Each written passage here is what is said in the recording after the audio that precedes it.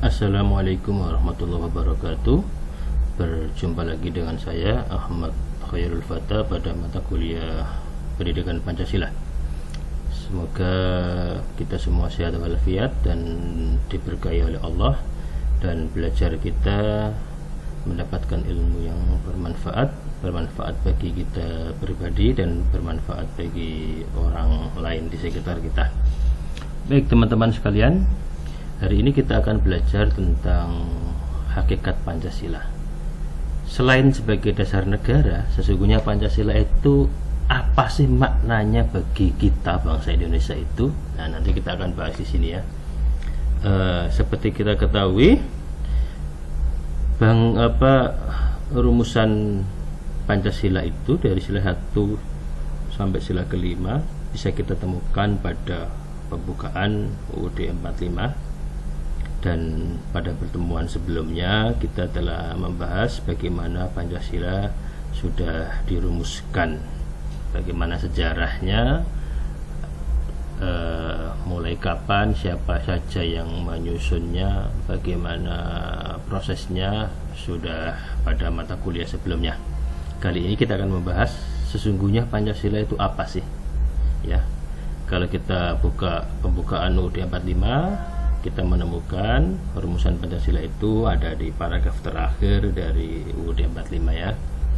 Nah, pertanyaannya, apa sesungguhnya makna Pancasila bagi kita?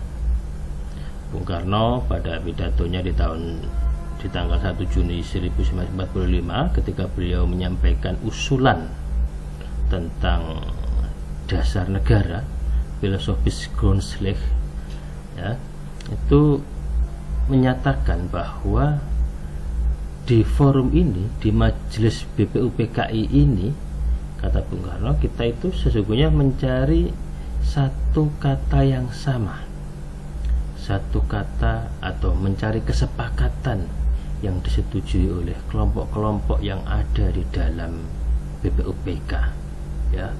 Seperti saya jelaskan kemarin, di BPUPK itu ada banyak sekali aspirasi ya.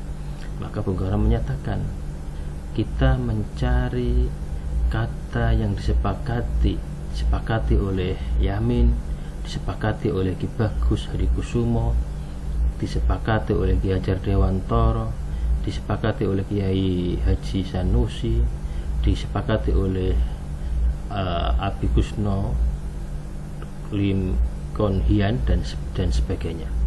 Prinsipnya, kata Bung Karno, kita mencari satu modus vivendi, satu kata yang disepakati secara bersama-sama.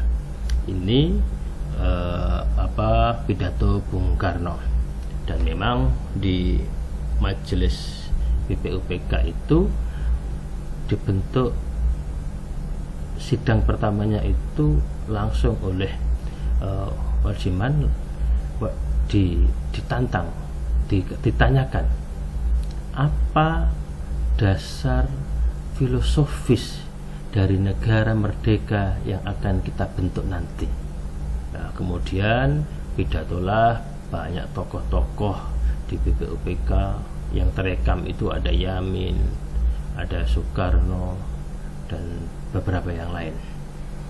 Nah, kalau kita cermati isi pidato, cuplikan pidato Bung Karno di 1 Juni ini, maka kita bisa menyimpulkan bahwa sesungguhnya Pancasila itu merupakan kalimatun sawa.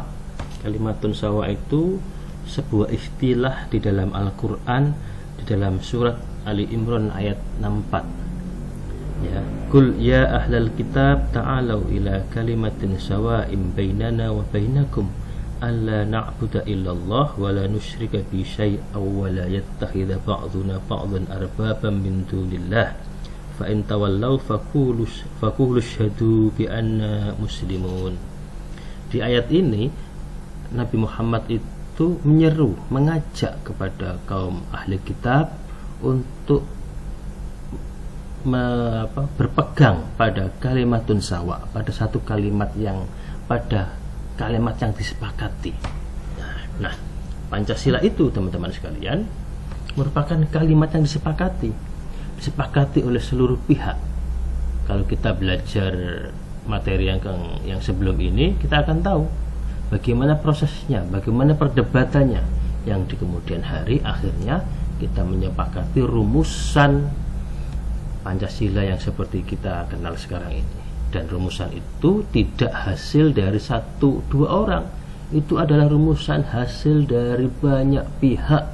BPUPK membentuk tim 9 yang diketuai oleh Soekarno dan Bung Hatta. Mereka berdebat dari banyak usulan-usulan pidato yang ada di BPUPK, kemudian mereka merumuskan menjadi Piagam Jakarta 22 Juni. Nah, setelah itu, setelah pasca proklamasi tanggal 18 Agustus terjadi lagi perubahan. Dan akhirnya kita bersepakat di satu kalimat sawak yang berupa Pancasila. Karena itulah Muhammadiyah itu menganggap Indonesia sebagai Darul Ahdi Wasyahadah, negara perjanjian. Perjanjiannya apa? Perjanjiannya adalah berupa Pancasila. Nah, di sini di pembukaan itu kita lihat ini ada kata-kata kunci. Ada kata-kata kunci yang sangat penting. Ya, atas berkat rahmat Allah yang Maha Kuasa. Kemudian suatu negara Republik Indonesia yang berkedaulatan rakyat dan berdasar pada ketuhanan yang Maha Esa, kemanusiaan yang adil dan beradab.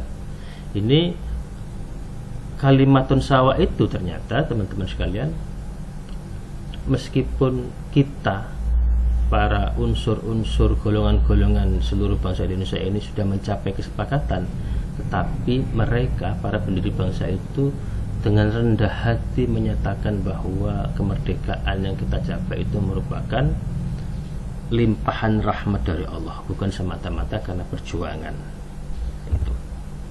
Karena itu teman-teman sekalian, Pancasila sebagai kalimatun sawa, Pancasila itu sebagai kalimatun sawa memiliki 2 fungsi. Fungsi yang pertama sebagai dasar negara. Pancasila menjadi dasar negara. Dasar negara yang menjadi titik temu dari semua ideologi, semua keyakinan, semua prinsip-prinsip hidup dari semua unsur yang ada di Indonesia. Jadi ini harus kita tempatkan secara pada tempatnya, bahwa Pancasila adalah titik temu semua unsur-unsur yang ada di Indonesia.